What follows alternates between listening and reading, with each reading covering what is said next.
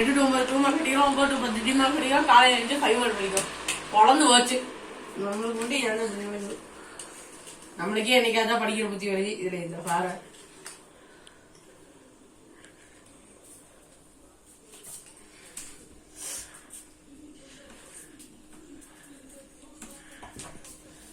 என்ன படிச்சுட்டு போல ஒப்படம் உனக்கு என்னடா என்ன ஓரளவு படிச்சுக்கிறியா?